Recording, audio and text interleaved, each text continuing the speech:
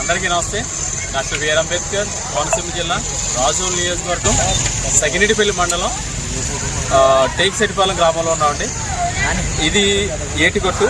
ఇక్కడ ఏంటంటే మనకి గల్ఫ్ గృహ కార్మికుల హెల్పింగ్ హ్యాండ్స్ సంస్థ ద్వారా ఎవరైతే పేదవారు ఉన్నారో వారందరికీ కూడా భోజనాలు అనేది సమకూర్చడం జరిగింది. అందులో భాగంగా అందరికీ వందనాలు, అందరి కోసం ఒకరు, ఆ ఒక్కరి కోసం అందులో మనం ఉండాలి అనే ఒక మంచి కాన్సెప్ట్తో మన గల్ఫ్ గృహ కార్మికుల సంస్థ వారు ఈ ప్రోగ్రాం ఏర్పాటు చేయడం జరిగింది. దీని ముఖ్య ఉద్దేశం ఏంటంటే ఉభయ గోదావరి జిల్లాలో అనేక సేవా కార్యక్రమాలు చేస్తున్నారు.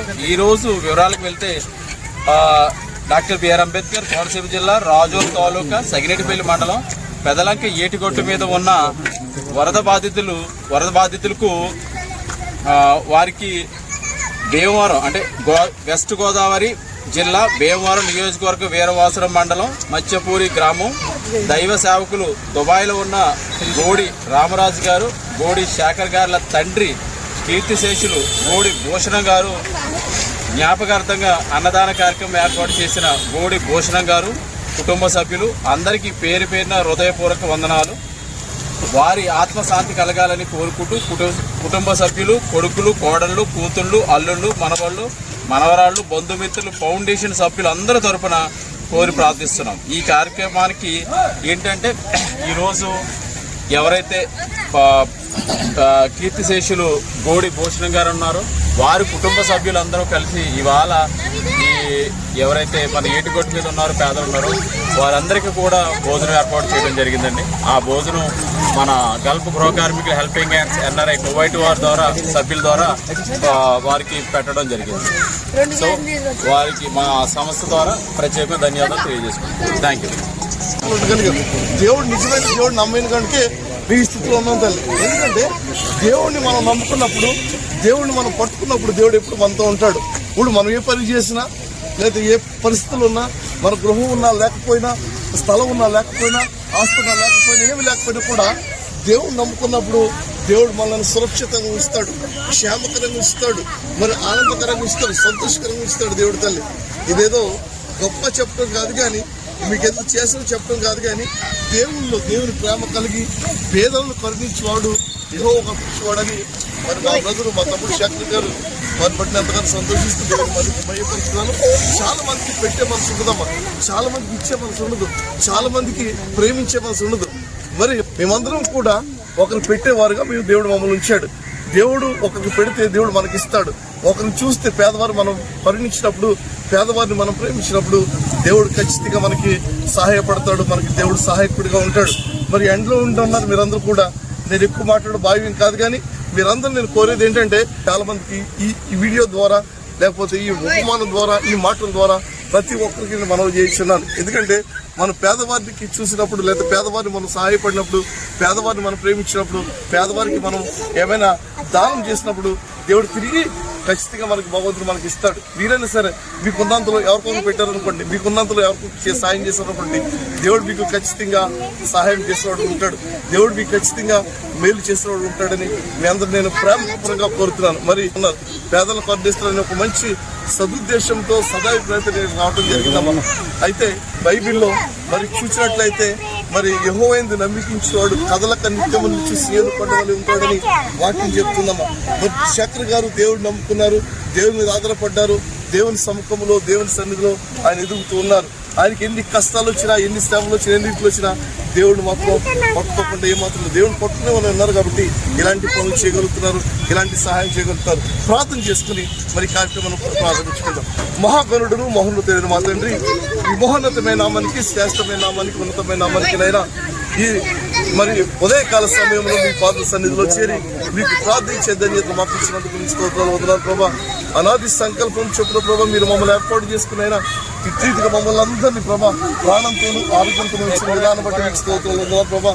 ఆయన బైబిల్లో చూసినట్టయితే పేదలను కరుణించేవాడు, యెహోవా కప్పించేవాడు, పేదలను కటాక్షించేవాడు, దేవుడు ప్రేమించేవాడని ఈ వాక్యంతో మాట్లాడుతున్నారయ్యా.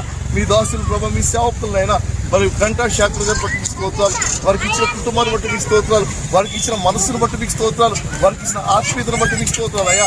ఒక పేదవారికి సహాయం చేయాలి, పేదవారిని ఆదుకోవాలని సదుద్దేశంతో నైనా ఒక చక్కని కార్యక్రమాన్ని ఈ సందర్భంగా ఏర్పాటు చేసిన విధానం బట్టి మీకు స్తోత్రాలయ్యా. వారికి నైనా మెండైన ఆరోగ్యాన్ని మెండైన శక్తిని మీరు అందించిన విధానం బట్టి మీకు స్తోత్రాలు. ఎన్ని ఇరుకులు వచ్చినా, ఎన్ని కష్టాలు వచ్చి, ఎన్ని శ్రమలు వచ్చినప్పటికీ కూడా మీ చేయి పట్టుకుని మీ నామములో మీ సముఖంలోనైనా ఆయన ఎదుగుతూ ప్రభా మీరే నిజమైన దేవుడే నమ్మినైనా మీరు అనేక మేలు పొందుకున్న బిడ్డ మీకు స్తోత్రాలయ్యా. వారిని దీవించమని ప్రార్థన చేసిన, వారికి కుటుంబం కొరకు, వారి బిడ్డల కొరకు ప్రార్థన చేసినాను, ఇక్కడ ఉన్న వారు అందరి కొరకు ప్రార్థన చేసినాను. ఈ పేదవారిని మీరు దీవించమని, ఈ పేదవారిని కనిపించమని, ఈ పేదవారినైనా ఆయన పేదవారు ఎవరో కాదు కానీ అయినా మరి మీ నామములో, మీ ఆత్మలో, మీ మనసుతో, మీ సమాధానంతో నాయన మీ కృపతో ప్రభు అందరూ ఎదగటానికి కృప చూపించమని ప్రార్థన చేస్తున్నాను.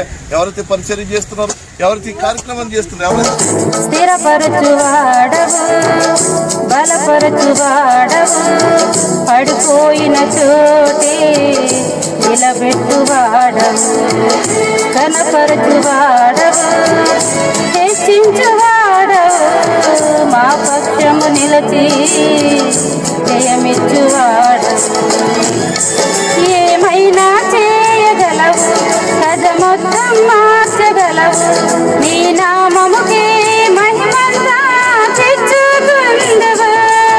ఏమైనా చేయగలవు, కథ మొత్తం మార్చగలవు, నీ నామముకే మహిమంతా తెచ్చుకుందువు.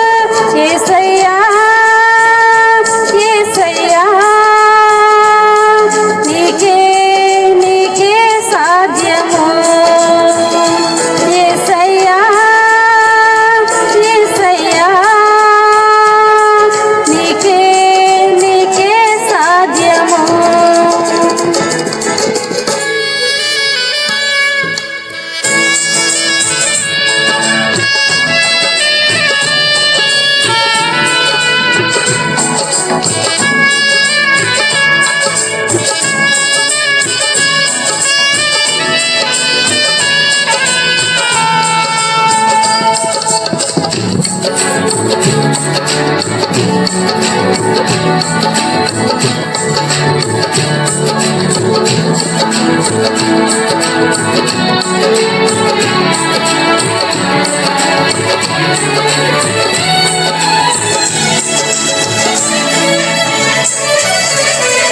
సర్వకృపానిధి మా పరమ కుమ్మరి, నీ చేతిలోనే మా జీవమున్నది.